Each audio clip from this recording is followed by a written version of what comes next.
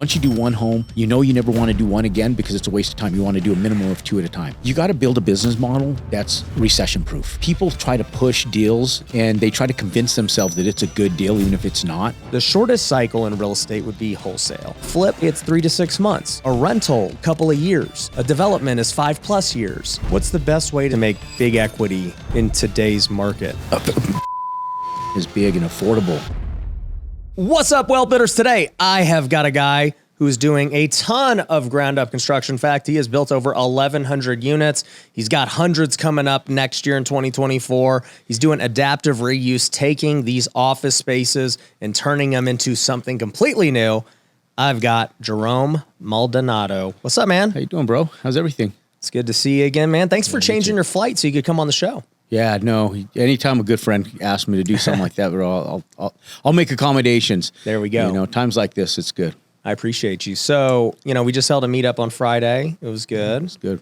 A lot of fun. And then, we were just talking, and I know maybe like in your real estate career, you probably got started doing some of the fix and flips and stuff before branching into this, or how did it go for you? Yeah, in 98, I got into concrete and I started buying rental houses. And so we were doing more build, like buy and hold, more like the burst strategy before burst strategy was popular.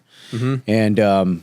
And then I, in the 90s, I was doing multi-level marketing. We were doing training centers. So I started, when I was forced with my concrete company to get an office, I bought a retail center and I used the same business model that I was using in multi-level marketing. We'd do training centers. I would lease desk space because I sucked at multi-level marketing, but I could make money leasing desks. So that I got good at. So you're doing the WeWork model before it was a thing. Yeah, bro. I was exactly. And what we were doing is I landed up saying, okay, well, shit, if I have to get a building for my construction company, I don't want to pay for it. Yeah. So I'll just buy one that's bigger than I need, lease it, and let the tenants pay for it. And it was as simple as that. I know a lot of people complicate the whole real estate thing. And for me, it was just about not being rent free. Yeah. And that's how I got into commercial real estate, was doing a owner finance deal on an old piece of junk building.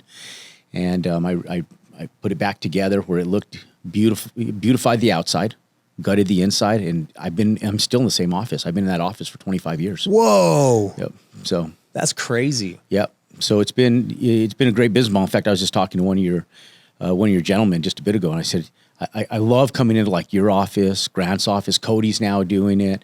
I've been into a bunch of your guys' office. You guys have expanded. I'm sitting back going, damn, my stuff has cobwebs on it. 25 years. Dude, I got to grow, man. And it's when's the last time it was renovated? Well, we've renovated throughout. We've made changes. Like we've done podcast rooms. We own the whole building. So we had a dance school in there for my wife at one point in time. Wow. For 11 years. I can't imagine all the businesses that have been in it over 25 years. Yeah, there's been a lot. Yeah. How many square feet is like the total building? That building's 12,000 square feet. The total building is. Got it. And so we occupy a little over 3,000 square feet of it. Okay. And so we've definitely outgrown it in its time. But we also have another building down the road that we also use for our construction company as well. Got it. So we've bought more real estate down the street. So it's not all in the same building, but we still occupy the original space we did 20 plus years ago. Got it. That's crazy. I think we have about 12,000 square feet between the two offices. Yeah. But so you start off in commercial because you're a well, actually, I got to hear about this multi-level marketing. So what were you trying to sell? Dude, we were selling water filters and vitamins back in the 90s when there was no water filtration. There was Evian water and distilled water, and we were selling water filters. So if you remember the old PVC pipes with a little spigot that came out, was NSA. We were a spinoff from NSA.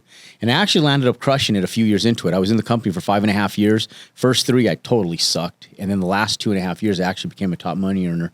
But it took me 3 years of literally making nothing to finally get there. So how did you learn to actually, would you say multi-level marketing is more marketing or sales? Like what is it? It's both. Yeah. There's a marketing component to anything that we do, right? Right. But everything we do is sales. Yeah. So the second that we come face to face, everything that we do is sales from that point forward. Marketing just gets you like the opportunity to make a sale. Yeah, I think people mistake marketing as a way to sell. Marketing is misconceived though, because when I was a big Subway franchisee. We were one of the largest in the Southwest for a long time. And I used to tell people marketing is to drive traffic. What you do from there forward is how you retain your customers. And so sales is an art that you do to create relationships so that you can retain people, right? Marketing is just to get the people. And then what you do from there forward is all sales. So you do the multi-level marketing thing, you sucked, and then you said 3 years later you were good. What changed? A lot of mindset. You know, we all go through our education system. And I come from a family that my parents built their lives from sweat equity and education, right? And they came from below average means for sure. And so even if you don't know that you've been brainwashed into what's been taught to us in school, you have been. And so we're our biggest enemies in success. Everything that we do, 99% of our failures happen within our own internal mind. It's not what's out there that doesn't work. I went to a training called Journey Beyond Perception that I paid $3,000 to be in back in 1995. And when I got back from that training, my whole mindset changed. And it was a training that took me back to childhood, and it beat you up. And a lot of it was stuff that was old school Tony Robbins stuff from way back in the day. And it was perspective that changed. That's the only thing that changed was perspective on money. Wow. So I don't want to go too much into multi-level marketing, but one thing I've noticed is it seems to me like a lot of guys, because how old are you? I'm 49. Yeah. It seems like a lot of the guys I know that are like, let's say mid 40s to mid 50s, we're in multi-level marketing in this entrepreneur space at one point. You know, it's like, and they'll never talk about it. You know, Patrick Bet-David, Ed Milet, you're talking about it right now. There's other guys, right? And like, if you ask them, like, it's not like they'll deny it. It's like, yeah, you know, it's just, it is what it is, or they'll call it something different, but it is, you know, it's multi-level marketing, right? Yeah. So why do you think it was so big back then? And then did it have a negative connotation that it has today? It's already has a bad connotation from the old Amway days of being like illegal pyramid schemes, but Amway's still around, right? Dude, like, the Amway guys are the funniest. Dude, oh man, it's funny. I've got a mentor. They're 29 and they've already made it. They're financially free.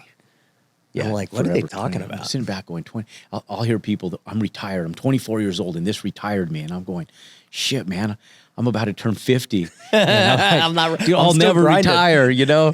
I was reading the story about the owner of Treasure Island. I was getting intrigued, you know? So I was reading his story and I was like, shit, man, this guy, he's about to turn 90 and he's still at it, man. Yeah. And I was like, that's what keeps him alive though. Yeah. You know, he has a 5-year-old, he has like a 7-year-old. Yeah, bro. That's kind of crazy. It's crazy. Yeah. Now that's an extreme, bro. Yeah, that's funny. But you know, but anyways. Yeah, like you said, Amway's still around. Yeah. They're somehow still doing it. That gave me my foundation. I'll tell you, it opened my mind to a whole different world. And it actually built a lot of mental strength in me. And that's what's been able to give me the resilience to doing what I'm doing today. Yeah.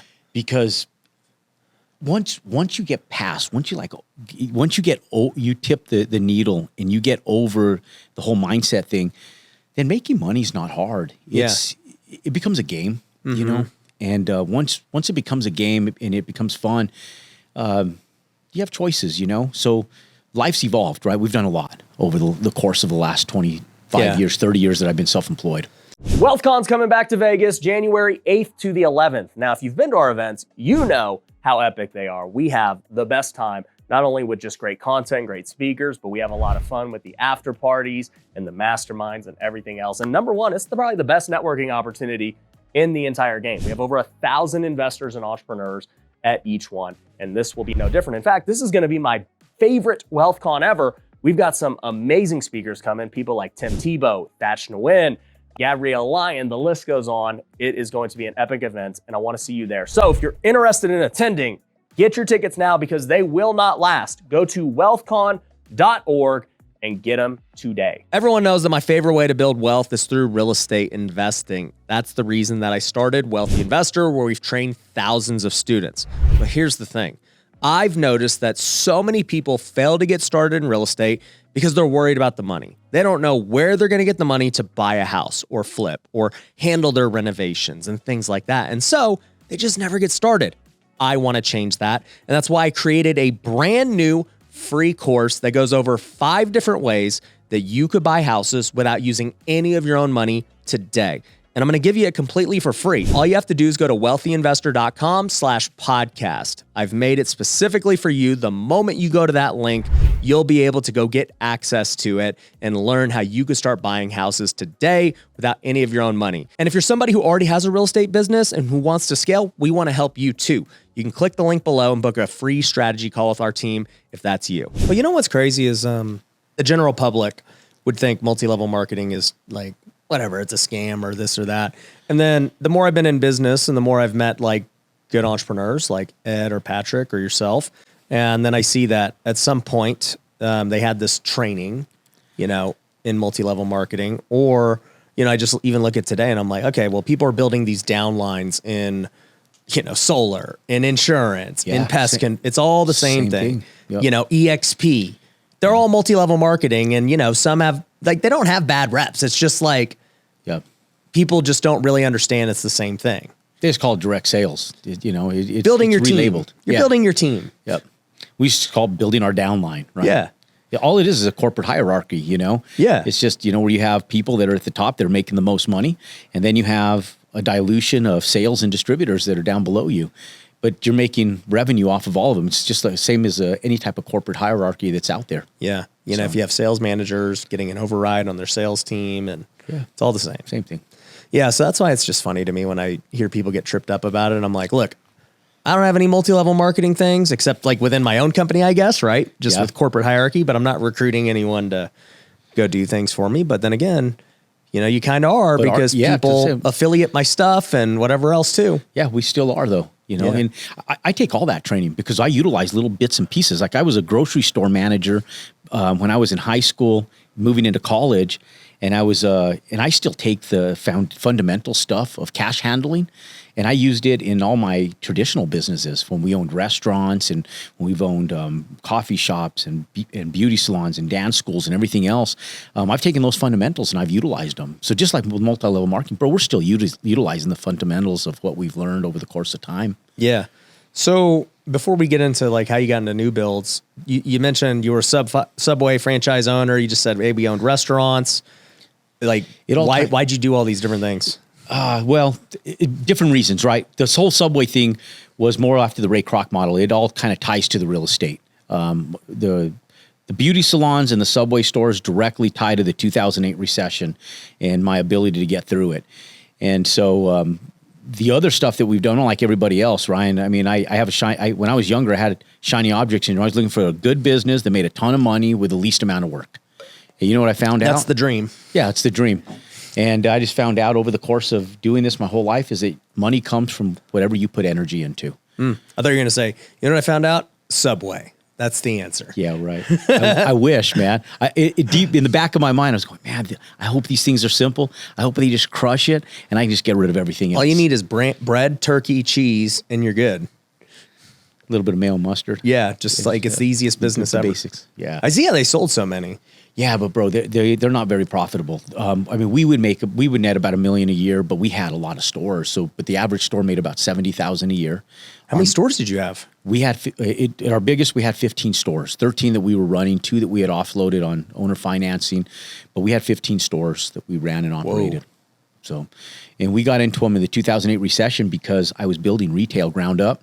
And my buildings went empty. Like we would finish them, and all the tenants were gone. You decided I just got to fill them myself. Yeah, I had to fill them. So I put beauty salons and Subway stores, and then we would sell off the stores to other franchisees and keep the leases. Oh, but so you were always like a real estate guy. You were just building businesses for the real estate. I'm more of a business guy, but I've gotten labeled as a real estate guy over the years, and I still think of myself as just an ordinary entrepreneur, you know. I mean, I'll do what it takes to make a difference. It's just that the needle mover for me has been real estate. Yeah, yeah. It's in the ground up game in construction, bro. I've wanted out of the business since I started it, man.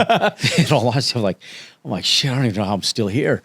But it's been a blessing because nobody that I know has the diversified experience from the construction end to the real estate investing end to the brokerage side of it and everything internally. And it's been such an attribute to my success in our business is all those moving pieces. And they came from really a necessity that I needed to have in order to have my businesses successful, because I didn't have anything, right? So I didn't have no money so I would try to keep all the money internal within the company. And so over the course of time, we just continued building and developing businesses from brokerage firms to construction companies to development firms, to asset management firms, everything internally. And so now we do all of it, So you guys are very vertically integrated on everything that you do. You guys are the construction. You guys are also the investors, the acquisition. The development team. Yep, you guys are the asset management once it's done. So you literally monetize every bit of it. Yeah, now we're outsourcing. So we're a partner with like Vertical Street Ventures. They'll take care of the asset management in order to scale.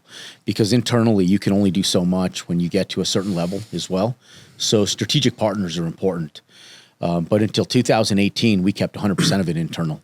Wow. And then in 2018, but the difference is in 2018, depending on how you valued our assets, we were probably worth between 25 and maybe $40 million, depending on how the assets were evaluated. And since then, we've scaled our portfolio up to over $600 million. And so just over the last 5 years, and that's through strategic partnerships and allowing us to not just keep everything internal, but to bring in good partners and that really specialized in those areas to help us grow. Yeah. So that's been integral. Where are all the units being built at? Mostly Phoenix. I got stuff going up in Washington State. Tacoma. We started on the Tacoma, now Kirtland area.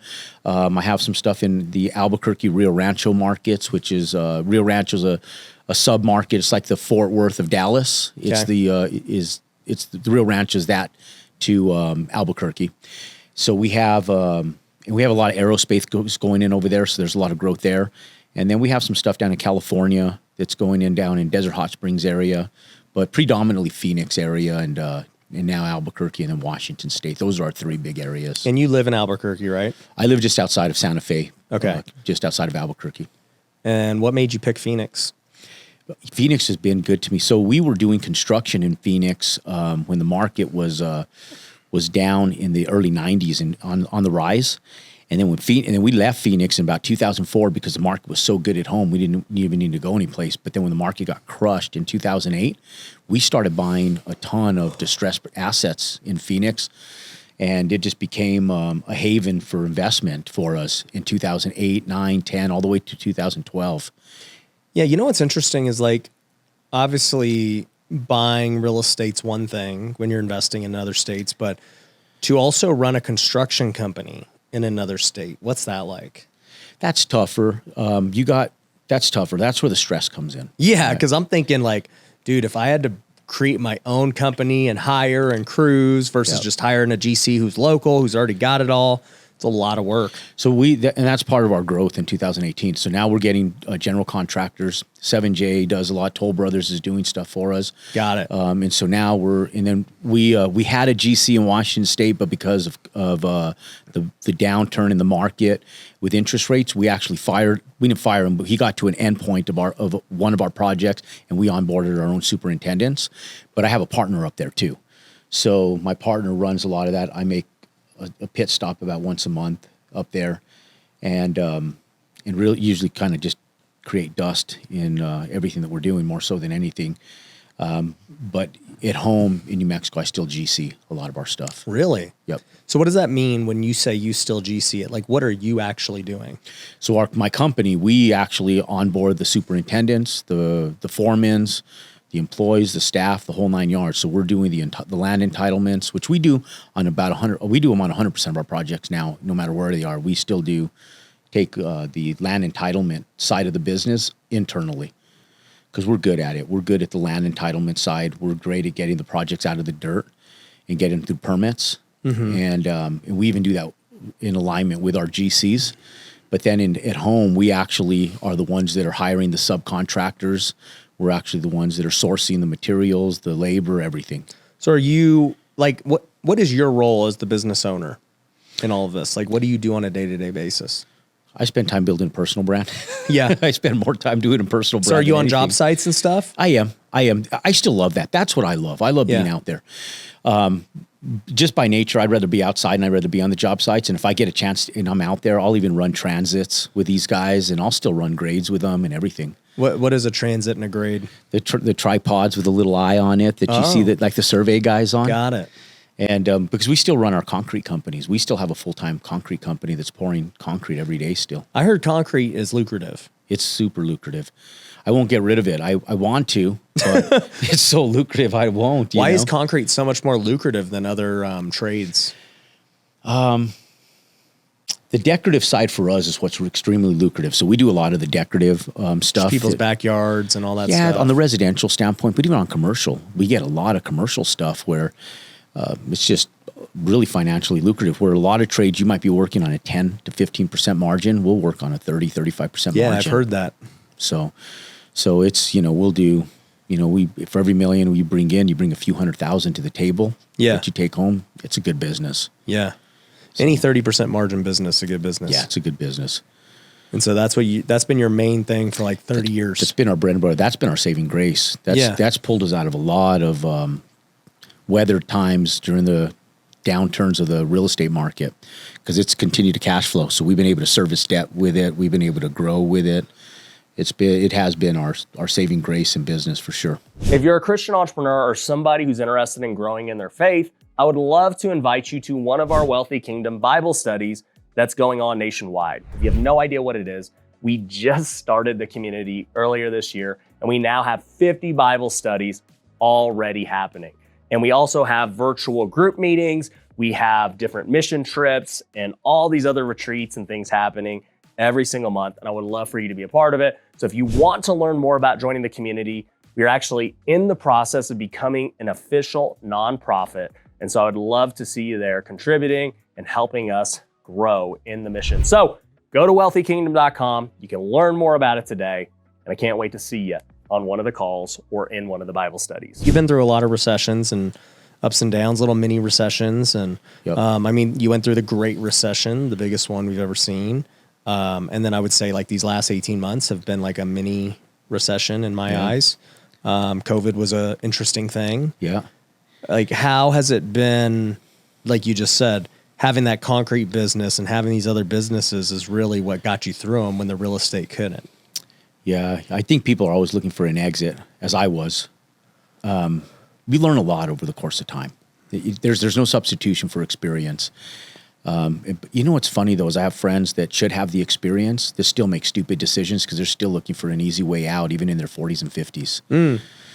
And I've thank God that I've been persistent and stubborn enough to keep the hard businesses, because the hard businesses, which the concrete company is, has continued to pay. And so I always tell people, and I said in front of the room the other day at the meetup, I said, look, the whole saying about when you do what you love for a living, you never work a day in your life. I say it's such a bullshit statement, because the second you do what you love for a living, it becomes work. And anything work that you're going to put time into, it's hard. There's going to be ups and downs. There's going to be good and bad. It's like marriage, marriage.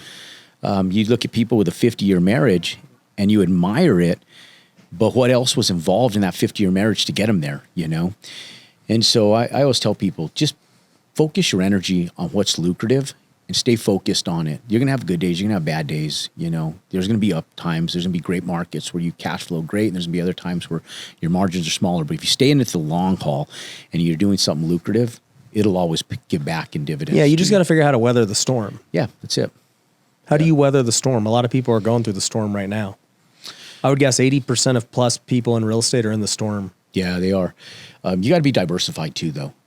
So I say stay focused on it, but you got to have some diversification in what you do as well, because there's going to be, and I learned that in multi-level marketing. One of my mentors, he said, look, if you got 10 good distributorships, he said, you might have 5 that are mediocre and 3 that are crushing it and 2 that are just having horrible months. But because you have 10, you're always okay. And so in business, I've always done that. So I've never had just one business. We've always had a multitude of businesses at any given time.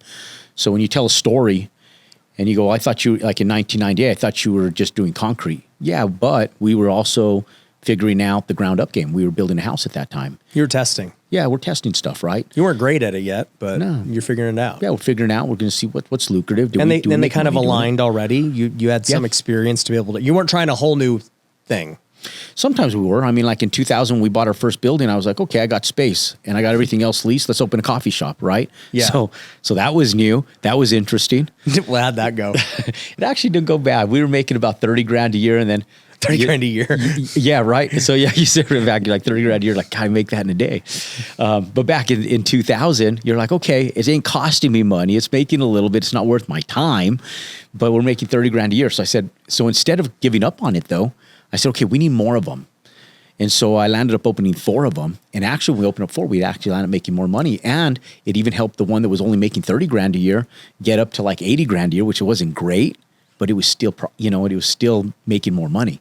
Yeah. And what I landed up doing was I sold them off like you do a piece of real estate. So you take them with a $30,000 investment, you sell them for $180,000 a piece.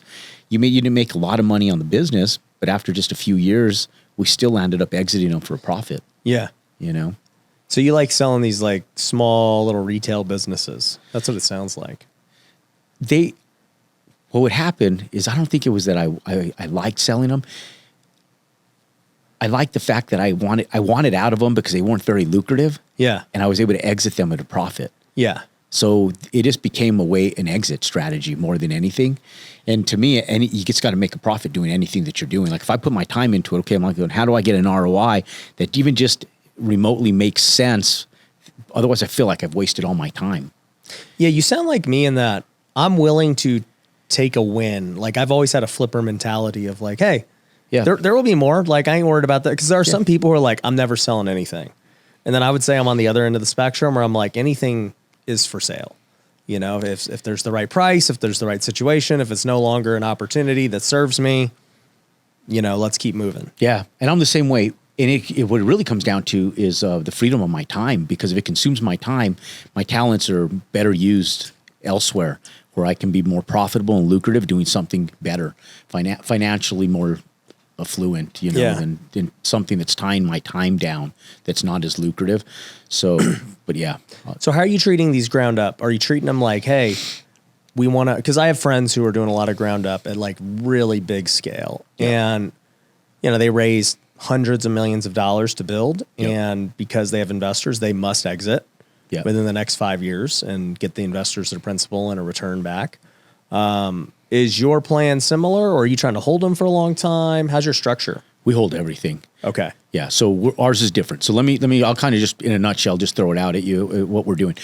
So I started doing the big ground up game. When I say big, we're doing, and nothing that we build is under 100 units. Everything is, now is really over 200 units. And so when we go in, our builds are $50 to $70 million builds. And our whole business model is to buy the land, and we raise capital to buy the land. Okay. Then we entitle the land and we collateralize it. Now, the last 2 years have changed our business model a little bit, where we have had to give a little bit of equity away, but we hadn't been giving any equity away. What we've been doing is just raising debt from our investors for the land, and we go get our construction loan because of the value we bring through the land entitlement. So if we paid $2 million for a piece of land, once it's entitled for 200 units, that land might be worth $6 million. So then we might have to raise a little bit of a capital reserve, interest reserve, and we might have to raise a small amount to fulfill our 80% loan to cost to build it. But we also go to the bank with a retail budget. So we just have to show the liquidity to the banks, and then we're able to collateralize the land as part of our equity, and then we go in and build the asset, and then once we stabilize it, everybody's exited out on our debt investors, no equity investors, and I keep 100% of my assets. And so I've been doing that forever. Yeah. So the last 2 years is the first time that we've given a little bit of equity away, only because of the market. And just changed. Because it's harder to raise money. It's harder to raise money, but it also kept our build safe too. So my whole, you got to. There's a level of greed that goes into things, and I think it kills people sometimes too. So I could have been extremely selfish and stubborn and said, I'm going to continue raising debt. But the debt was so expensive, it really put a high liability stake on my builds. So you sit back and go, okay, do I just stay stubborn in spite of knowing that it's going to be a high liability? Or do I just say, okay, let me relinquish a little equity, give out a little bit and distribute a little bit of equity and still make profits because our profits are still lucrative and continue going, like continue moving, right? Yeah. Because otherwise it like halts and bottlenecks everything. Because capital is harder to raise and the projects do become a lot more high risk when we're taking on so much debt at a very expensive price. And so taking on equity investors, it dissolves the debt liability and I'm able to continue building and then they get paid on the back end like I do. So we did change the business model a little bit, but now with interest rates going back down, we're hoping that we can get back to our normal business model here sooner than later. What do you think about, I guess at scale, right? Because like, how are you raising money now? I'm sure it's just like mom and pop, friends, family. No, I never did 506B. I never did syndications under friends and family except for once, and it was a pain in the ass. And so and before, now this year we're doing it again. Okay. But prior, we got away from it because there was a 6-month threshold that once we did a 506B, I couldn't do a 506C with accredited investors. And it really put a hindrance in our ability to raise capital. And the small mom and pop investors that come to the table with $50,000 to $100,000, God bless their hearts, I love them, right? But it takes a long time to raise $9 million with $50,000 at a time. Yeah, it's a lot of phone calls, a pain in the ass. Yeah, and that's where I've partnered with people too, because I have a threshold of an ability to raise capital, and there's people that have there's other multifamily syndicators that they have a bucket of investors that makes it a lot easier. So if I can just build them and I can put the bucket of capital raise on them and give a third of my asset away to somebody to raise capital, I can do 3 times more development than I can on my own. Right. So it just makes sense financially to do it that way. So I've done that over the last 5 years. Okay. So, and that's kind of what I was getting at. So how are you are you just basically pushing out your capital raising to all these other guys now? Are you trying to even raise yourself anymore? We still do our webinars. And so what we'll do is we'll bucket out some to them and we'll do a webinar. And since we're partners, it doesn't bother me that we actually mix our pot of investors because we're doing so much stuff together. So yeah, you'll just go into it like, regardless of what each of us raise, this is what it's going to be. Look at like Trump, just because it has Trump's name on it, he doesn't own the vast majority of those. No. He'll take 30%, 20%, 10% of them, brand his name, and there's an investment group behind that actually is a lot of people that are getting wealthy behind that. And so we've kind of adapted a very similar model where, yes, we are the brains and the driving force behind it, but in scale, we can do so much more if we have resources. So we'll market it. We'll do a webinar and use the personal brand. That's the whole point behind my personal brand, is to be able to raise capital. Okay. And then I leave it up to a couple strategic partners that I have to lure those people in and educate them on the entire business model and bring in the capital for us. So there's I'll just give you like my story. So when I first started out, I was the same way. All I did was raise debt. And, I was mainly flipping houses, though, so it's a little bit different. And all I did was raise debt to flip houses. And then, I started buying rentals and single family, and I just ran the same process. I'm like, hey, instead of flipping it, I'm just going to refi and burr it, here. And investors never cared. And then I started raising for multifamily. And, I saw that, okay, well, if you want people's money for 5 years, 10 years, it's much harder to raise than for a flip. Yeah.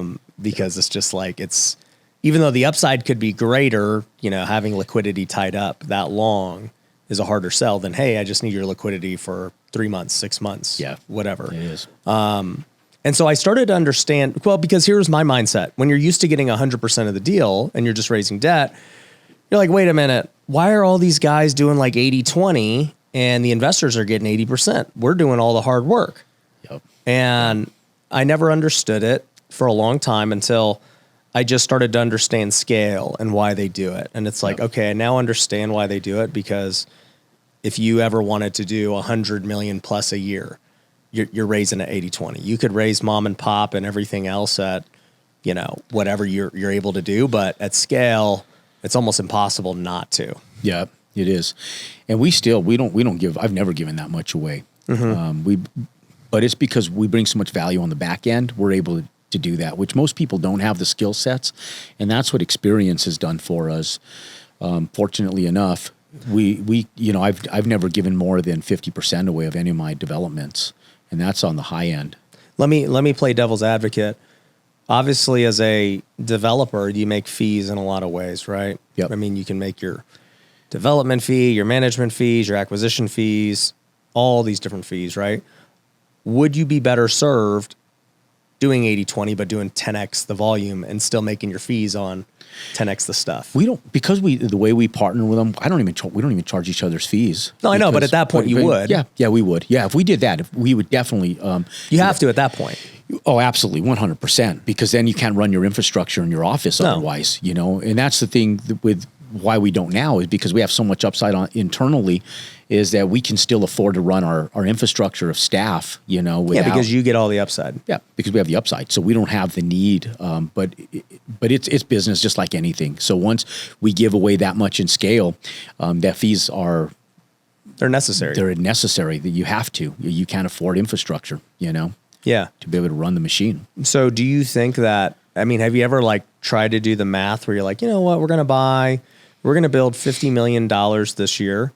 What if I was able to raise way bigger and do 500 million? And what if I charged 1% here and 1% there? And, I got 20% of the exit. What would I, but obviously you're dealing with way more work and everything too. So, it's like, could you even handle, or do you even want to handle that much?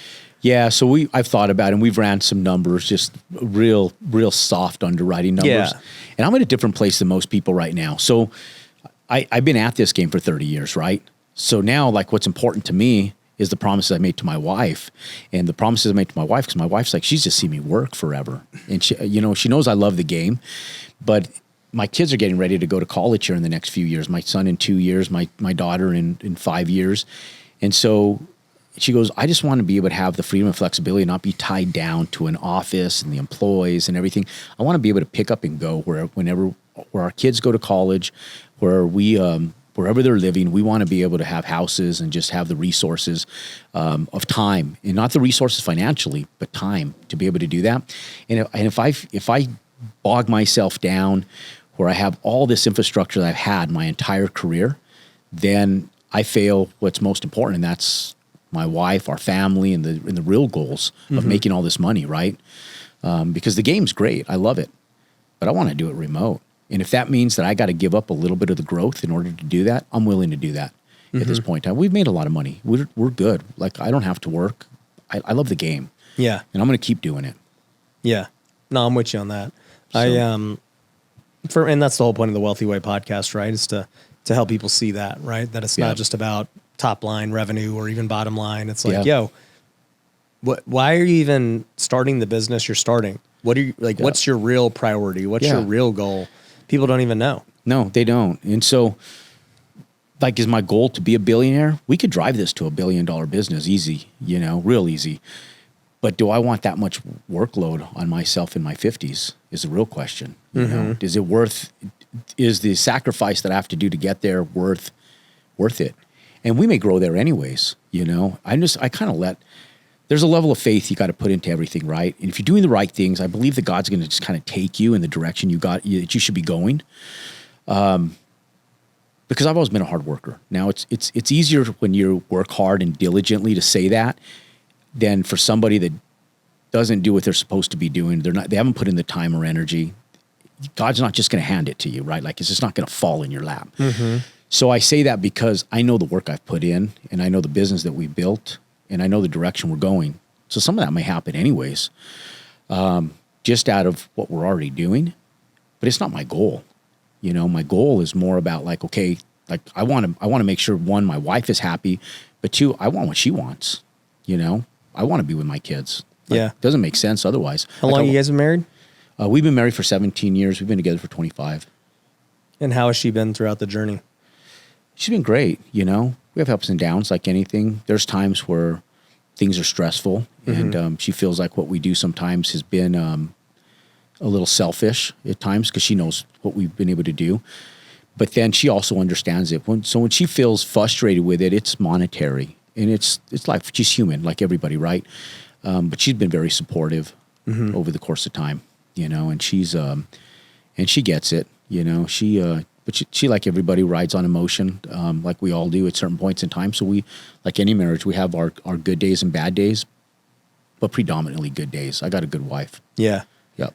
I mean, to stick with you for 25 years. Oh, stick with me. That's right. Yeah. for all these crazy ideas. And I mean, obviously it's not going to be all roses and all that stuff. Yeah, it never is.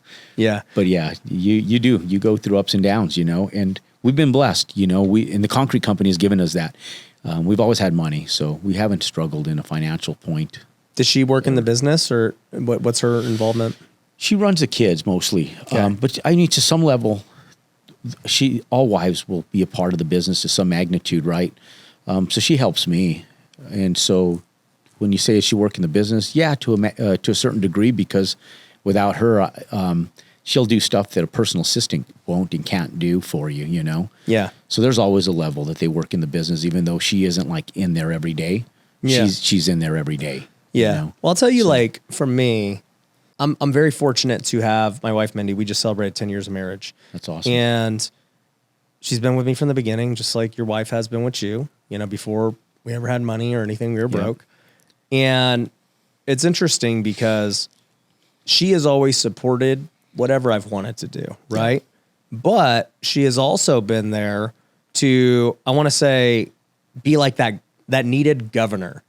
You know, like how cars and golf carts and things have governors to make sure it doesn't like go crazy and just burn up and destroy itself. She's always been there for me to be like, hey, you know, let's not do that and let's just focus on what's important. Yeah. Let's spend time together. Let's spend time with the kids. Let's leave. Yeah. Let's do this.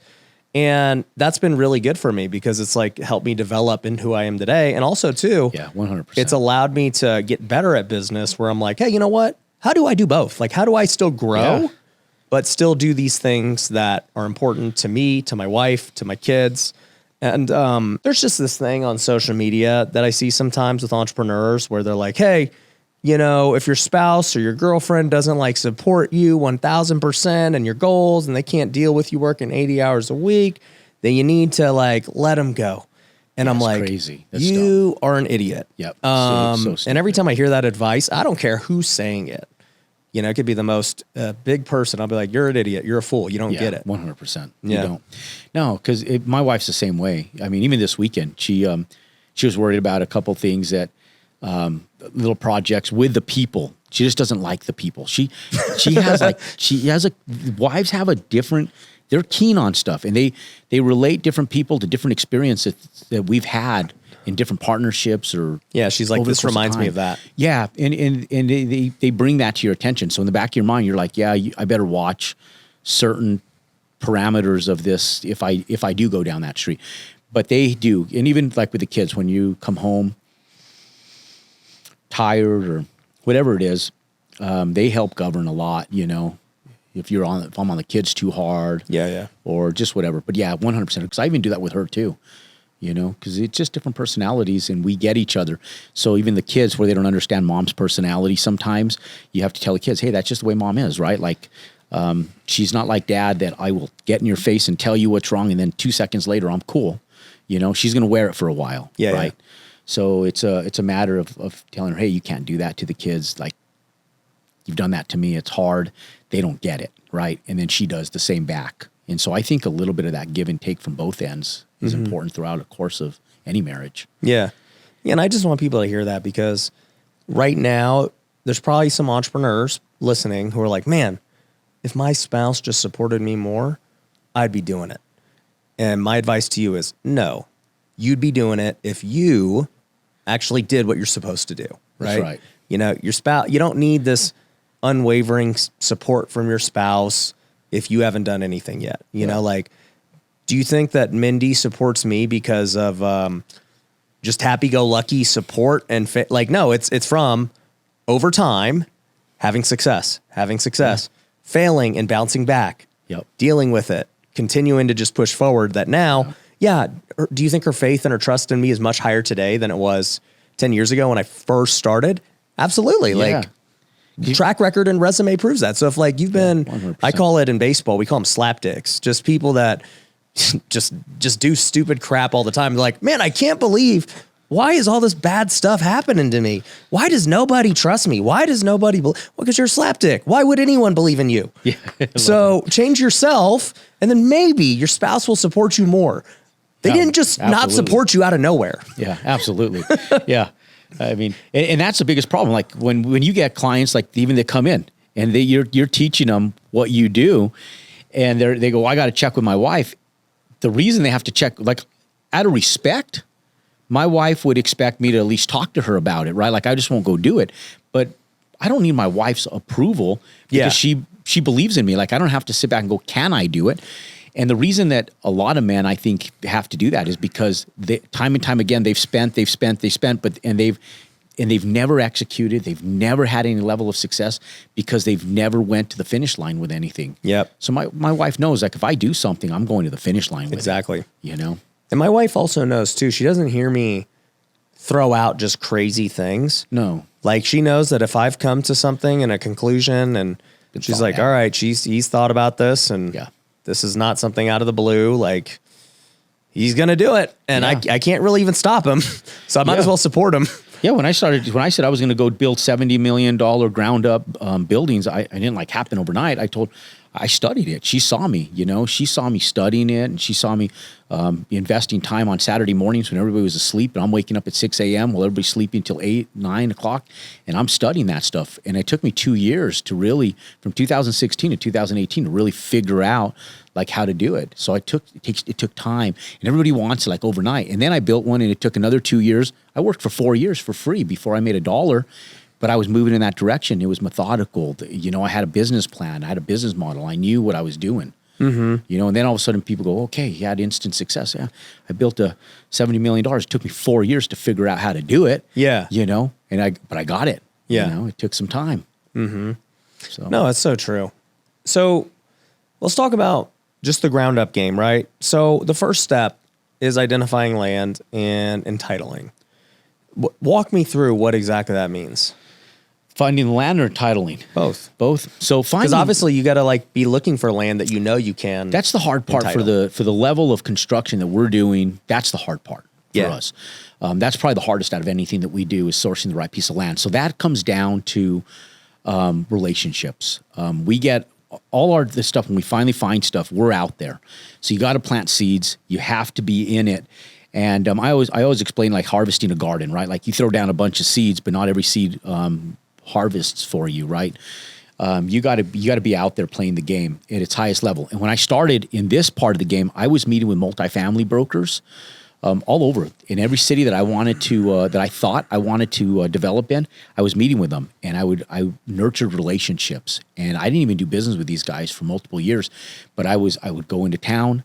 I would share with them the success of other projects that I was doing that were similar, that they had no financial gain in, and I just built relationships. So sourcing land has been, I've used my social media as a tool where I put out there what I'm looking for. So I found stuff in the most random places.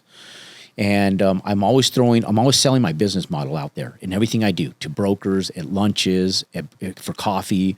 Anytime I have free time, I make sure that time isn't free. I make sure that time is used when I'm traveling, like even now, right? Like if I'm going to stay here, I'm going to do this podcast. I schedule another podcast, and I'm just going to make the best use of my time. Mm-hmm. So I do that with my contacts.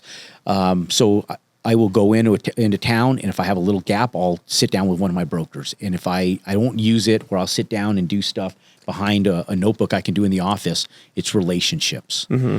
So then, and it's paying attention to what's coming in, right? So when something comes, you got to be able to underwrite and recognize that it's good. 90% or better is horrible when it comes to us.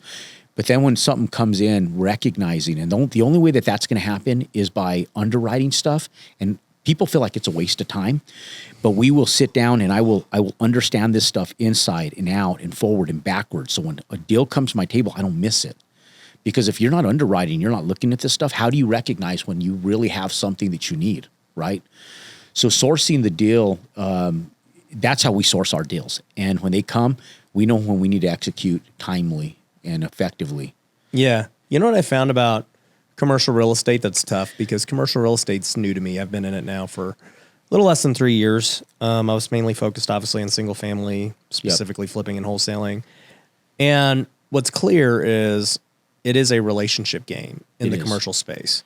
And I like it and I don't like it, because there's no like quick way to get in. There's not. You know, because like me being such a good marketer, I'm like, oh, dude, I can take over this market. Like, we're going to do X, Y, Z. I know exactly how to blast it every way you could market. Yep. And I could go take over a market in like lots of industries if I wanted to with my skills. But commercial real estate is not like that. You don't go direct to seller, really. Like it's all broker based, and they all got relationships that have been for years and years built. Now, obviously, having a social media following, it helps. Gives me a big edge, right? Does. If I actually want to go take the time to build the relationship, but then again, it's a lot of work, and I got other things I could do. Yeah. Well, and that's why we still do a little bit of residential. That's why I still do a few ground up residential every year, because that stuff just I'm able to pull those out of the ground, even through what we went through with high interest rates over the last few years. I've continued building single family homes because we'll make $250,000. And if I do 5 or 6 of those a year, I'm making over $1 million just building a few homes, and they don't take a lot of time. That's just you like building a ground up home, flipping it. Yeah. Just building it and just selling it. You know, so we've been doing that since 1999, and it took us through the 2008 recession. That's how we bought our Subway stores cash. That's how we were able to buy real estate in Phoenix at a time when our cash flow from our business was low. We just adjusted the business model a little bit, took a little lower profits, but we continued profiting. Yeah. And so having that tool on the residential end has been advantageous in so many ways. It isn't just the concrete company, it's that diversification, because the concrete company continues to cash flow, but you need some large wins in that to have big gains too. So when you get $250,000 out of a house and you have 2 or 3 of them sell, you know, now you can start moving some mountains a little bit. When you have $500,000, $750,000, you can go tie up a $2 million piece of commercial land to turn it into a $5 million, $6 million piece of commercial land that then you can collateralize into a $20, $30, $40 million development. Yeah. You see? So they're all tools, right? And I look at everything that we do like a toolbox, and you don't get a crescent wrench and build a house with a crescent wrench, right? But you need it at some point in time. Same thing, you can't build a house with just a hammer or just a saw. You need a little bit of all of it. So I look at everything that we do as tools. But in the commercial space, that's what really has set us up with passive income. That's real passive income, you know, that, you know, it pays in so many different ways. It keeps us from paying income taxes. It helps us with our cash out refis where we get big wins, but then the cash flow on the back end, we just keep them and they just continue to generate revenue for us month after month. Yeah. So I did a presentation at my last WealthCon where I just talked about how 2023 was a really difficult year in real estate for me. Yeah. Just because I had so many house flips that ended up losing money. And I just basically went through, hey, here's how, you know, I got through it and how I was able to. That stuff is great though for people to hear. Yeah. I talk about wins and losses. If I make a boatload of money, you're going to hear about it. Yeah. If I take a fat punch in the face, you're going to hear about it. We've all done it though, man. And like 2023 wasn't a great year for me. I started off the year saying, I'm going to do $160 million worth of development this year. We got 27 million out of the ground, which, you know, we still made money, right? So, but it's going to all come now in 2024. Just banking sucked, you know, like I just couldn't, we had projects. A lot of things you can predict. Yeah. You know, so to be smart, we didn't push it. We push as hard as we can push. And then you have to let the external circumstances really help you adjust to what you're doing. And so we're going to be busy this year in 2024. It's going to be an extremely busy. That's what I see for us too. Busier than I want to be, but hey, you know, it's going to be a recovery of what we couldn't push forward through in 2023. Yeah. Still a successful year. We got a lot done. We cleaned up our projects. We made a lot of financial decisions to really make our projects more profitable in 2024, which we wouldn't have done. We would have just built them, and then we would have figured it out after. We always do, you know? Yeah. It's just the way it goes. When you're busy, you just do that. Yeah. But I was able to clean up. Like I took a whole interior corridor, 4-story. 208 unit development, and I made it open air. Took it all out because I had time to think about my NOI. I had time to think about the stabilization of what we're going to be paying. And since we weren't turning dirt, I made the architects go to work. Cost me a few $1,000, but it'll save me thousands and make me millions over the course of time. Yeah. And so we were able to do stuff like that. So I still made good use of my time. Yeah. And I'm just going to make our projects even better because we're going to keep these forever. Mm-hmm. So you know, some years just don't go the way you think they're going to go. You know. You just got to keep pushing. Mm-hmm. Yeah. The one thing I did, and I'll link that presentation down below, guys, so you can watch it after. But the one thing I talked about was, you know, the biggest lesson I learned on how I got through it was that in real estate, you got to have different cash conversion cycles on just all these different things you're doing, right? Yeah. Because like whenever I look at developers, I'm like, dude, that is a risky business. Just like, you know, you get a deal and then you don't really get paid for 5 years. Yeah. And I'm like, dude, how do these guys like pay the bills every month? And then if there's a downturn and they got to keep getting the next deal, and then by the time it's year 5, hopefully thing is paid off. And I was like, look, here for me anyways, the only reason we got through it was, all right, you know, I just had all these different cash conversion cycles happening at once. And so it was like, okay, you got these flips and, you know, these were bought at a totally different time before rates happened. And now by the time they convert, it's not looking too great. And that is what it is. I'm going to have to just wear it. How am I going to offset it? Well, I better get really good at wholesales and novations to bring in the cash that's going to cover the loss, right? Thankfully, too, you know, I built up a rental portfolio, and it's like, all right, which rentals can I sell that have got some equity? Okay, this one's got a few $100,000. Let's sell that. Yeah. Let's sell this. You know, you sell off a few of your, you know, nest eggs to cover the loss. And because it's like, look, I can accumulate rentals whenever I want. It's not a huge deal. Like, what's even the point of having them at the end of the day? Like, I ain't living off cash flow from them. Yeah. You know, they've appreciated so much, and they were tax things. So anyways, you know, you do things like that. You get good at wholesale. You get good at novations and creative finance stuff. You know, and I just basically walked them through. I was like, hey, the shortest cycle in real estate would be wholesale. You know, the next would be in wholesale, you get paid next week. Yeah. You know, a flip, let's just say it's 3 to 6 months. A rental, let's say if you're really going to cash out, you're looking a couple of years. A development is 5+ years. You know, same thing with apartments. You're not selling them next year. Like those are like your long horizon. But like you said, if you have just these big pops that keep coming along the way, because you keep planting the seeds of big pops, and a big pop would be a rental property from 5 years ago. Yeah. An apartment, a development, a new build house flip. All of a sudden you start getting these big pops and you're like, all right, cool. Like that was nice. Yeah. Cause we got a phone call from one of our lenders, and he goes, you guys need to show $5 million of additional liquidity.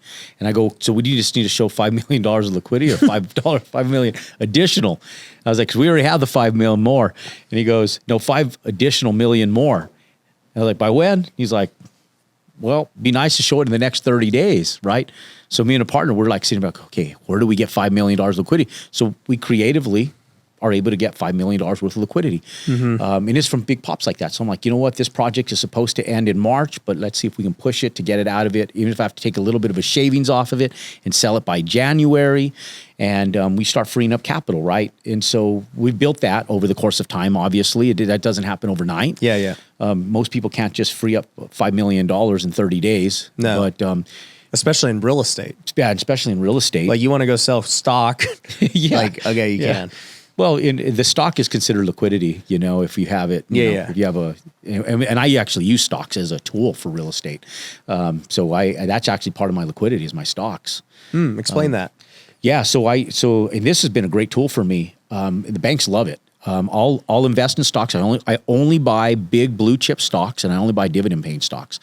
And the reason why is because I'll leverage my capital sometimes on my stocks. I'll get a quick loan on it to buy a piece of land, and I'll leverage a line of credit against my stocks. and which traditionally would cost me about 5%. Now it's about 7.5%.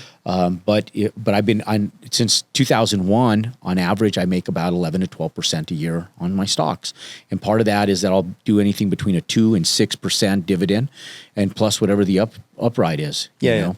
And so I'll buy stuff like Johnson & Johnson when they were in the lawsuit with talcum powder. And now I'm just riding that sucker up. I just bought a bunch of Boeing for sake of example. There's 2 large plane manufacturers in the world, Boeing being one of them. They're not going anyplace. They're taking a government bailout right now, so they're not paying dividends, but they traditionally pay a dividend. We'll get that dividend, but there's only one way for that stock to go over the course of time because they've taken such a beating, and that's up. We'll invest in like Walmart and stuff like that. And so if I have $5 to $6 million in the stock market, I can just show that is my liquid capital because it can be sold. I own it. As long as I don't have it leveraged with a loan against it at that time. And if I do need to leverage it, I can. And then I just pay it back on a short-term note. Like if I need to buy a piece of land and I have this like 9 months of entitlement, I might leverage a couple $1 million to get the land. If it's something that I have to close on quicker, it's a good deal. Yeah. And then as soon as it's entitled and I go in for a construction loan, I'm able to put that money back in. I get the money back from the bank and I replace that money, put it back in the stock market. And now I leveraged it from debt from the bank. Yeah. So I'll use it like that instead of getting investor capital, or I'll use it and then get investor capital. And then I take the investor capital, replace it, put my money back, and I use the investor's capital. Yeah. You know, so I'll do that stuff like that as well. So I use the stock market because I love having several millions of dollars available to at my disposal at any point in time, because you just never know when the right deal is going to come to the table.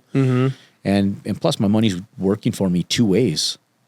So I'm double dipping on the same capital. You're treating it like a line of credit, but it's also appreciating and it's also appreciating value and dividends. Yeah, and what I do at the end of the year is my stock guy calls me at the end of the year and he goes, "Hey," and he calls me more like October, November, and he says, "Hey, do you have to offset any capital gains?" And if I do, and even if I don't, I say I'll take any tax write-offs I can get. Yeah. And so if something's not performing, which there's always something that's not performing, you'll do the tax loss harvesting. Sell it. Yeah. I'm selling. We'll offset the capital gains against something else. Yeah. You know, and then repurchase it 30 days later, or like we were in Exxon Mobil, and I purchased something else in oil and gas. You know, so we'll use it in the same. I'll sell it and then buy something the next day that in oil and gas that's going up. If there's a loss. No, super smart. So going back to the land, so you're looking for these deals and you're underwriting them and everything else.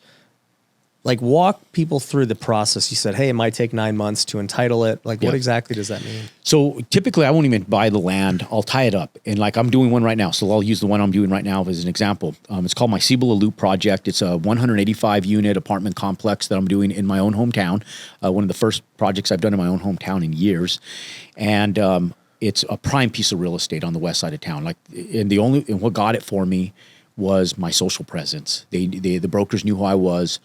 And it served its weight in gold in that regards. But I set the purchase up as follows. I said, look, I need 90 days worth of due diligence to make sure that I'm even going to get support from the city to do what I need to do. I need to downgrade the zoning. There was a retail component in the zoning that I was going to have to do 50% of the first floor in retail, which I didn't want. I wanted to do all multifamily. And so I told them I'll come to the table with $50,000. Day 90, 50 goes hard, and I come with another $50,000. So it's $100,000, but 50 of it, which is non-refundable. And I want 90 days worth of due diligence and then a 120-day close. So I have 7 months to close on the property.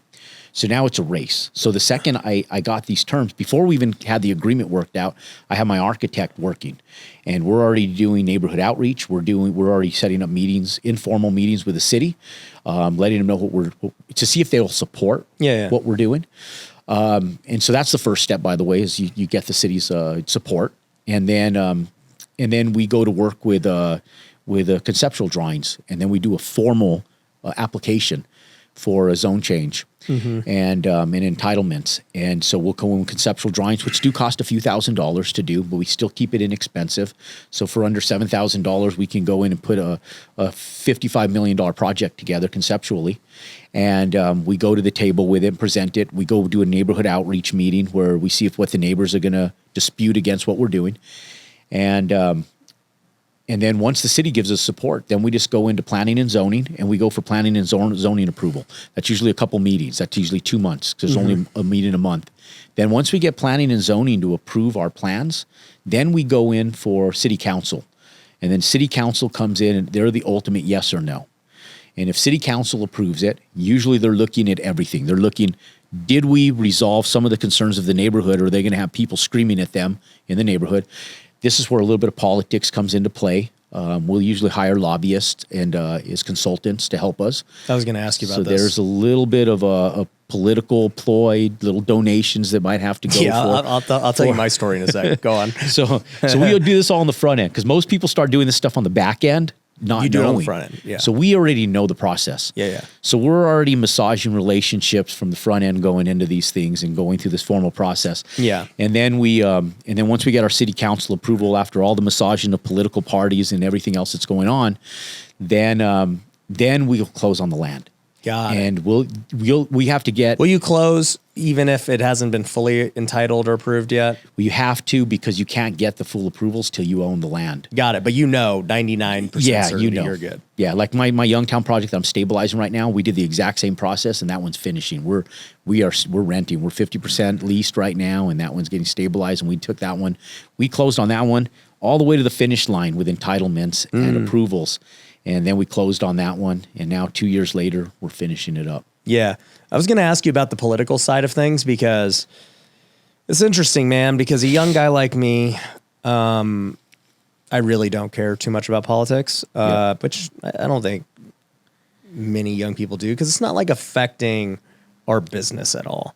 But I've met a lot of old school real estate guys, and they're like, Ryan, you need to start supporting these political guys. They're the governors and the mayors and the whatever. And I'm like, why? They like, when do I need anything? He's like, because you're going to need a favor at some point. And I was like, for what?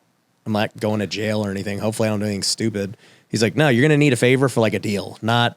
Yeah. And maybe if you did get into trouble, you might need a favor. But he's like, that's just the way the game is run when it comes to getting things approved and everything else. And I'm like, all right, dude, like, who should I donate to? Like, I don't even know. He's like, you start building it now. He's like, I can hook you up with like a lobbyist and, these people, and you pay them on a monthly retainer, and they'll just make sure that people know who you are. I'm like, people already know who I am. What's the deal? And he's like, yeah, but they don't know who you are until you pay them. And I'm just like, man, this is a crazy world we live in. Yeah. It's crazy. So, dude, I was you, man. But that's politics. Yeah, that's why I never did business in my own hometown. It would piss me off, that I had to do this, and I resisted it forever. And when we started going in scale, I realized that it wasn't going to work. It wasn't going to work. Yeah. So I was like, shit, I should have started playing that game a whole lot earlier. Yeah. But we don't do it where we put them on monthly retainers. So I make it all performance based. I do not encourage putting them on monthly retainers. Got it. I think that's still all a crock of shit. Make them work. Yeah. Only make it production based, and I do it based on what they deliver for me. If they can get me some offsite approval money through some grant money and stuff for my tax project, tax incentives, stuff like that, I'll do it. If they can really move the needle to help me with entitlement approvals and stuff, I'll pay them. Like I just paid one $10,000 and then another $10,000 on the back end, so $20,000 to get it done, and that's through. But it's not through the politicians that you're paying. It's the lobbyists and the consulting work, the consultants that you're paying, because they have the relationships, right?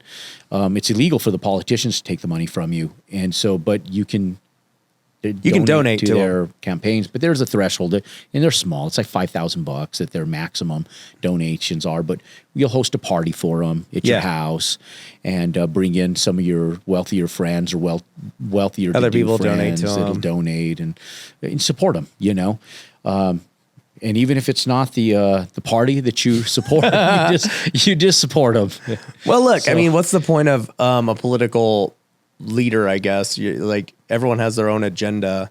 Yeah, what they want to see get done. It's like, dude, no, it's funny. Just get this real estate deal done for me, dude. Yeah, you don't even know, man. It's funny. Sometimes I don't even know whether they're Republican or Democrat. In all honesty, I'll just be like, they just say this is the person that has this area in city council, and become friends with them. You need to become friends with them, and we need their approval, and they're going to talk to the rest of the city council, And, and so you do these like weird coffee meetings that are very non-productive, but productive. And it makes me wonder like what Trump had to do, because, he's a real estate guy getting so many things approved in New York and around the world. And then like, it's obviously become the president too. Yeah. Like, I just can't imagine all the things that he's had to go through the last 40 years. Well, look at one of his good friends is Giuliani, right? Yeah. So like that was at a time in the 90s where Giuliani was like a god in New York, know? And that's when Trump was just having a heyday. So yeah, what did he Him have and his to do? boys just were able to just go to town and just develop like crazy. Yeah, to a certain degree. I mean, there's a threshold in that too. You can't just do whatever you want. There's because then you don't get the voters, right? So they're very the politicians are very methodical on how they do things, because they're not just going to approve your stuff. It has to work. It has to follow regulations. They're looking at if you piss off all the neighborhoods and your voters, they're not going to vote for you and you're going to lose.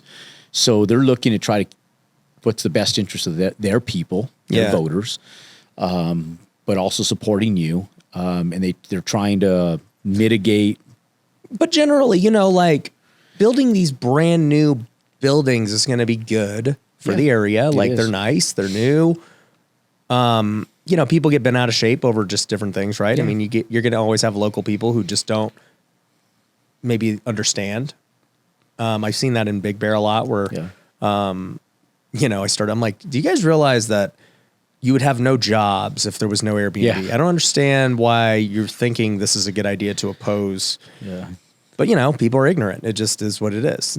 I always say I'm the people everybody loves to hate, and then they benefit from everything that we bring to them. That's what I'm saying. They just don't really get it. Yeah. They don't.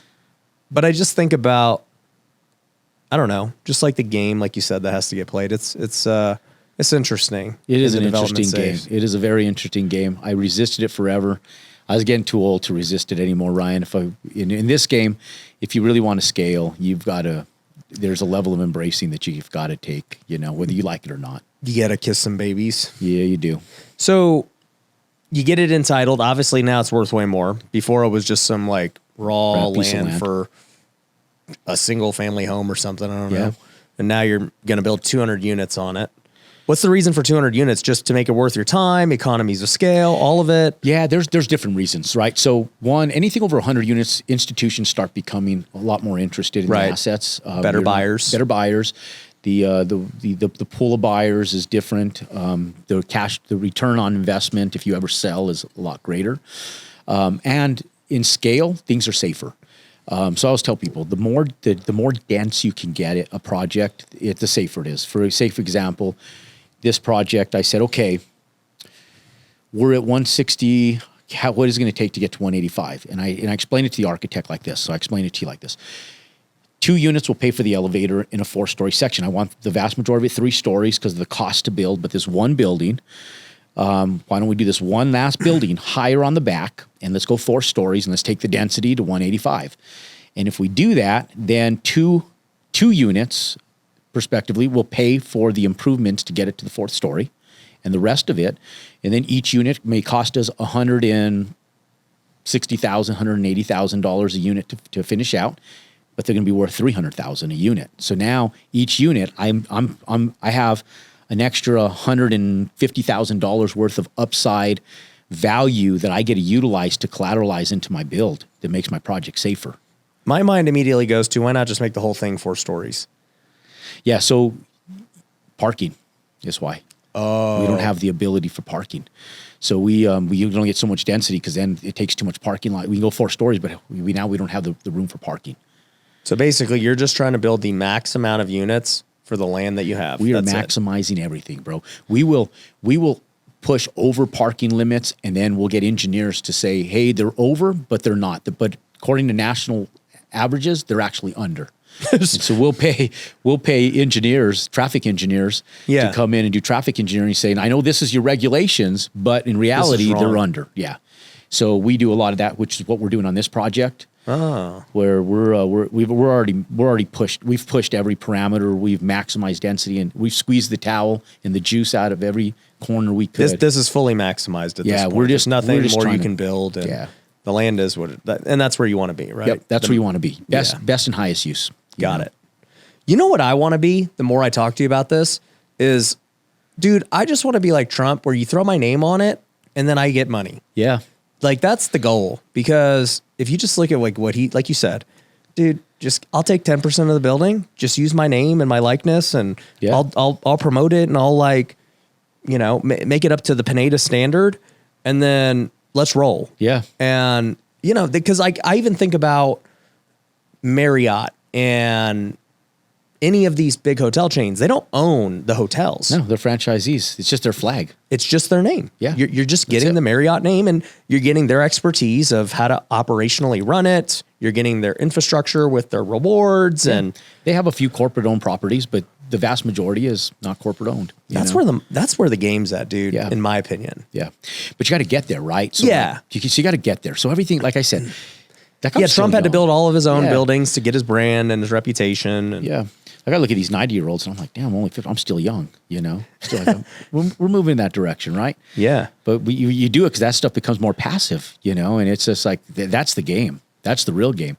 That's what I'm saying. Like, you build up towards that, and you want to hit the big B word, that's how you do it. Yeah. Being able to license your likeness, that's the game. I mean, look at Jordan. Yeah. Jordan ain't making his shoes and his clothes. It's like, just unbelievable. Slap the logo and let's rock. Yep. Dang. Yeah, that's how he had billionaire status. Yeah. That's what I'm talking about. Man, dude. And he got his own golf court. We need that's actually where I've been actually learning a lot of this, is because I want to build my own golf course and residential community. Yeah. And it's like, all right, well, we're going to have to get a piece of land. We're going to have to go through this whole thing that you're talking about. Get this thing zoned for 300 homes and a course. And the money's in the real estate. Once you sell off all the real estate, just sell the golf course too. Mm-hmm. Just do the whole thing. Unless you have something that produces cash flow for other than the golf course itself. Right. Condos, something. HOA fees, something. Well, these country clubs make money, dude. Yeah, because they have something else. Well, I mean, they got members dues every year. Yeah, it's economy of scales. You got to build something that has those high country club fees. Worked into them. Oh, well, no, this is only luxury, dude. So, I mean, I was running the math on some clubs I've joined, and I'm like, okay, they got 300 members. I paid $100,000. Yeah, that's 30 mil right there. Yep, in just that annually, and that's just like the first people. And then they have the monthly dues. Let's just say they're $2,000 a month of 300 members. I'm like, all right. They're making $600,000, in just dues. Then they have food and beverage. Then they don't make no money on food and beverage. Okay. Yeah, I've owned hotels. Their food and beverage sucks. Well, but they're going to have weddings. They're going to have the big events. Those will make money. That stuff just covers cost. Yeah. So the money's in the subscriptions and in the fees. That's where the money is. Everything else just covers. If you can just get them to break even, you're doing good. Yeah. I've studied that business so much. I bought a hotel back in 2006, sold it right before the recession, thank God. And it was Howard Johnson. It was just long enough for me to learn that I didn't want to be in that business. So I was thankful. But everybody I talked to, if you can just get the hospitality business, that's what you're in, to break even when you're in the entertainment business, then you're doing good. And so wedding venues, all that, you just want to play the break even game. If you can get it to break even, you just don't lose money on that stuff, you're doing good. It's the subscriptions is where the money comes in. Yeah. So you got to have that higher end course where annual fees, monthly fees, all that stuff. Yeah. It pays for, that's where your profits come in from. Yeah. If you could break even on everything else and go make, 10 mil a year off the fees. Yeah. That's a good business. That is a good business. And then, well, like what a lot of these developers do, I recently learned this, is like, okay, so they develop this 300 home community, right? Well, they go get investors and everything else with it, and so they'll make profit on the actual normal development, but they stay on as the real estate broker. And so they get 3% of each side, of the buy and the sell, and then every resale in the community. Yeah, they did that to us in Ty Lopez, and I did that in Puerto Rico. and in the St. Regis over in the Baha'i side. And they keep everything in house. Yeah. And it's a Marriott property. You know, that thing. So imagine if you're everything. getting the annual just resale commissions. Yeah. Because now it's like the development, it's a one and done, but not. Oh yeah, not they with hog this. tie you in that stuff too. Yeah. You know? Yeah, you have to use them. On the buy and the sell. Yeah, because in like especially in markets like that, it's real political. It's small enough that's real political. You won't sell it if you don't go through them because they'll make sure that They'll blackball you. Yeah, it's really hard and difficult. Yeah. So that's an interesting business model I've been looking at because I'm like, man, there's a lot of ways to make money and build network and build just an epic thing. Which and is it's a passion. fun too. Yeah, it's like passion for me at the end of the day. Yeah. If your passion can go make a bunch of money. Yeah, absolutely. So why new development versus just buying existing buildings, fixing them up, stabilizing them and everything else?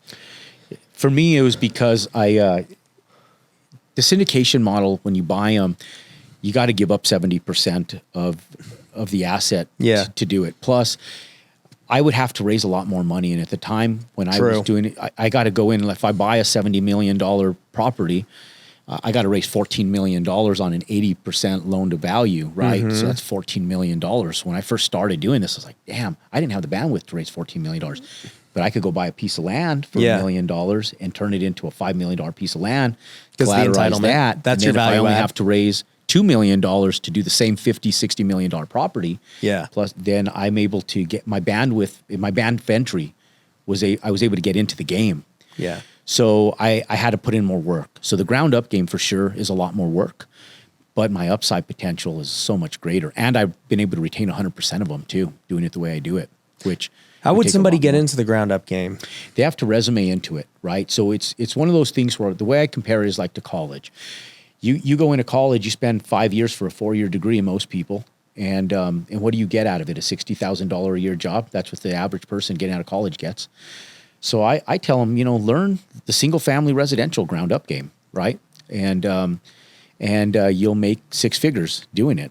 And when you do that, it puts you in a position where now you can go, there's economy of scale. So you can, once you do one home, you never want to do one again because it's a waste of time. You want to do a minimum of 2 at a time.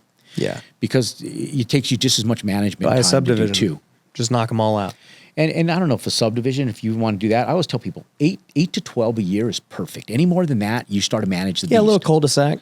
Yeah, just a little cul-de-sac, carve a street out. If you want to do 8 homes, 10 homes, 12 homes, nothing more than that. We got some students in our program who have been doing that, and they've been doing great. They crush it, man. He's like, I don't even want to flip anymore, dude. Like, I'm just doing this. That's all. I still do that because they're simple. The risk is not very high. Do you feel like the risk is a little higher in that just because I don't know where things are going to be 2 years from now when it's like in development? Yeah. You got to build a business model that's recession proof. Okay. And what I mean, there's nothing 100% recession proof, right? But the problem is people try to push deals and they try to convince themselves that it's a good deal, even if it's not. And they try to make the numbers work, even when they don't. You got to push a deal to break. And if you can push that deal and it still doesn't break, then it's a good deal. Stress test it. Yep, and that's why it's so hard to find the right piece of land. That's when because you're just 99% of them suck. Yeah, 99% of them suck. They won't do the press test. Like, I'll tell you my Youngtown project. I bought a building in Youngtown, Arizona, which is right by Peoria, for $1.8 million. It was listed for 1.6. I paid a wholesaler $200,000. The bank thought we were friggin' crazy because it had been in the market for 4.5 years. Whoa! And they told us, you're overpaying for this asset. It's been they called us. You do know this property's been in the market for 4 years, right? Why would you overpay $200,000 for this property? And I said, no, you don't understand. We're going to turn this into 104 units of apartments. And I said, you can't look at it as an office retail play because the office is dead. It was only 30% leased. And so he only gave us $700,000 for the loan to buy the office. And I leveled part of the building, turned the rest of it into 44 units of apartments, and went vertical with 60 more units. And I spent just shy of $3 million renovating the 44 units. Spent another $7 million building out the 60 units, and we're into the whole thing for $13 million, including debt service. And we just got it appraised for $31 million. Whew. We're going to do a cash out refi with a HUD loan in this shitty market, and we'll take $5 million out, have the rest of the equity, and that thing will cash flow $450,000 a month for us on our NOI after our debt service. Wow. Our bottom line after debt service will be $450,000 a month. That's crazy. In this shitty market, right? So we thought it was going to be worth $37 million. And really, the loan, they're looking at it, they're appraising it now closer to $27 million, because when we looked at it, 31. But still, $5 million out in this shitty market. I'll cash that thing out again in 2-3 years from now. Yeah, at a lower rate, with more cash. Yep, and that thing will just produce for me forever. And I've done cost segregation on that thing, and so we're not paying no taxes, nothing. Explain to me how the wholesaler was able to, okay, this property's on the market, nobody wants it. Yep. How did the wholesaler have the skill, I guess, to say, actually, because he just had experience and he said, hey, I know Jerome will know how to figure this. How did that happen? Well, the gentleman the wholesaler that bought it from me, he also did adaptive reuse, but in retail and office. And you probably know him. I don't know if you know John Trotman. Okay, You know John? I don't know. No. Anyways, was very capable of taking it. He just didn't know my whole business model. He hadn't done anything this big, but he knew me. He knew that I was going to make some money on it. So he was just stubborn. He was able to strong arm me. And so that really was what it came down to. I mean, I tried everything I could to take it down for under that. And I just wasn't moving any needles with him because he had it tied up. And he's like, well, I'll just do it myself. So this dude had it tied up, even though it had been locked up forever, or been on the market forever. Finally, he sees the potential of it, locks it up, goes to you, says, this is the deal. I know what it is. You know what it is. Yep. We're the only two that apparently know what it is. Well, I took too long is what happened. Okay. I took too long. And he knew I was up to something. So because I took too long studying the deal on his dime, he started putting two and two together. Because we were doing Jerome must really like because we were doing hotel conversions, right? So he knew that I was like, and so I think there was some mutual contacts, and the broker kind of heard us talking at the property, and I think it kind of got back to him. So over communication was bad on you that showed deal. your cards too much. Yeah, I showed my cards. I showed my but at the end of the day, no one's feeling sorry for me. Heck no, no dude. one's feeling sorry for him. Yeah, he made us 200 G's. You guys are making freaking 10 plus million. So it's all good. So that was basically your version of an adaptive reuse with the office. And is that what you're trying to do here with all your office space do all or that what? stuff, I mean, we'll do. I did a bowling alley in the Northwest. We tore it down. I mean, it's just. Oh, you took a bowling alley, knocked it down. Yeah, knocked it down. I mean, so it's. What do you think's going to happen with all this office space? Dude, they're going to need to do adaptive reuse on all this stuff. I mean, that's what we're waiting for. If you're the guy and you know how to do it, we'll turn it into warehouse. We'll do it. We'll turn it into storage. We'll turn it into fulfillment centers. I'll turn it into whatever there's profit that's going to cash flow. And it doesn't just have to be apartments, right? So you think just everyone will just turn into something else? It sounds like you're like naming every asset class. Well, I mean, it depends where it's at. There's the middle of the city is not going to be a warehouse. Yeah, they may approve it. That's where your political relationships and all this stuff comes into play when you're going to city council and zoning and knowing what you're doing, knowing what they're gonna approve, and having business models, right? So for somebody coming in that's never done any of the above, just keep it simple. Stay in something that is, basic. But yeah, that stuff's going to have to get repositioned into an array of different things. And it might be partial. Like you might keep, there might be a 20-story high rise, and maybe they keep retail on the first 3 floors or retail on the bottom floor and 2 layers of office, and the rest of it has to get condoed, But it's still an adaptive reuse project. Yeah. You just got to pencil and figure it out. You have tenants up on top, and it's you know that thing's been functioning at 30% occupancy. Well, great. Push all those people down, do their TIs, get them on long-term leases, and then the rest of that's never going to fill because it's historically showing its cards. Do an adaptive reuse and make it into residential. What's the best way to make big equity in today's market? Big equity in what asset class? Just in any asset class? Yeah, like to create, like you just told me, man, this thing's about to make $450 a month, this reuse. I don't know what your new construction's planning to make or how much value was created from there, but what do you think's the big money thing right now? Yeah, warehouse is going to be big. I'm building one up in DeKalb, Illinois right now, and I got free land, so I did it. That's a whole different story on how we do that. And it's not free land, it's free land. It is free land, but we bought the building for what it was worth. With another warehouse on it, 150,000 square feet of warehouse that was on there with the 26 acres, 13 that was only getting used, and 13 vacant acres that we got sold essentially for free. No, we kept it, and we collateralized the building that was cash flowing to build it. And so I'm zero money out of pocket, collateralized the asset, the cash flow from the asset, and took the 13 acres and just paid for the entitlements. And now we're building another 160,000 square feet, so I'll have 310,000 square feet for the price of 150,000 square feet. Wow. You know? So we'll do stuff like that. That's getting ready to go into. It was supposed to come out this year, next year. That's one that got pushed over. So warehouse is going to be big. Housing, man. There's just housing is big and affordable housing. What's your definition of affordable?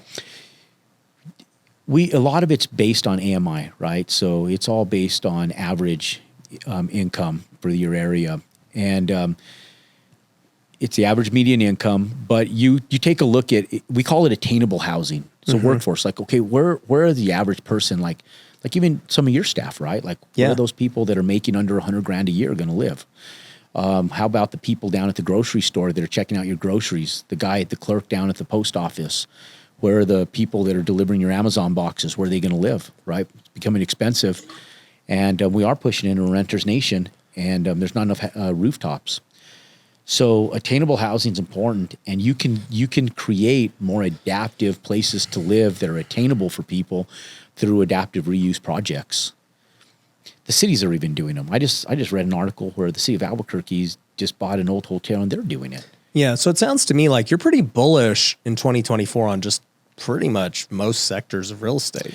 If it makes sense. I mean, I'm still more bullish in the housing market in multifamily. Okay. And we do, because most people don't like multifamily and commercial right now. They think things are going to go crazy and just plummet because all these loans coming up due and all this stuff. Yeah, they are, and it's bad. But see, but the difference is that we didn't get crazy when everybody was getting crazy. Yeah. So now the cards are exposed to you.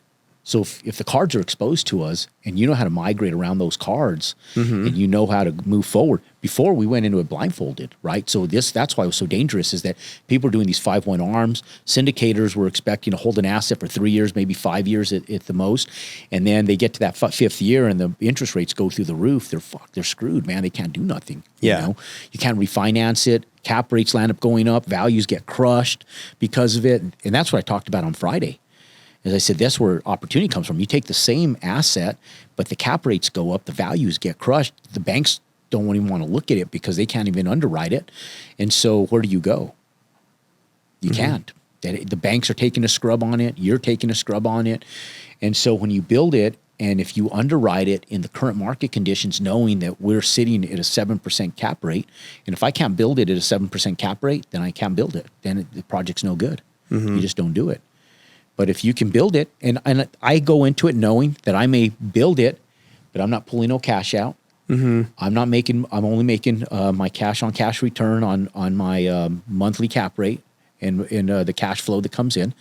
And so I may build that whole asset and make nothing. Yeah. You know, like I even have one this year that I said, you know what, I've owned the land since 2007, and I'm going to collateralize the land, and I'm not even going to pull my money out on the land, and I'll probably just build it for free. And know that, but in 5 years from now, no one's going to be feeling sorry for me because we're going to cash out on those things big time, and I'll just keep doing it over and over and over again over the course of time. Yeah, no, I love it. So you know, I'll work for free as an entrepreneur. We do that a lot. Yeah, you know. Yep. So, you know, but obviously we have an ulterior motive. It's going to come. Yeah. Actually, many times we don't work for free. We actually pay to work. Yeah, we do. Yeah, we do. Yeah, there's a lot of times we do pay to work. Yep. You know, we get paid nothing, but we're coming out of pocket, forking it out. Yeah, to build your office, to build the infrastructure. Yeah. You know, to do all that stuff. Putting out social media content is free, but it don't cost me free. Yeah, it doesn't cost cost a lot of money. It costs a lot of money to put that stuff out. Yeah, it's one of the most expensive, time-consuming businesses out there. Yeah, you know? Cool. So, well, bro, I learned a ton. I actually want to partner with you on a deal, so we'll have to talk about that after, because I want to learn the game and understand how you're doing it from the inside. And it's super exciting. I know one day I want to get into development because I just love creating new things, and I love new. It's a fun game. Yeah.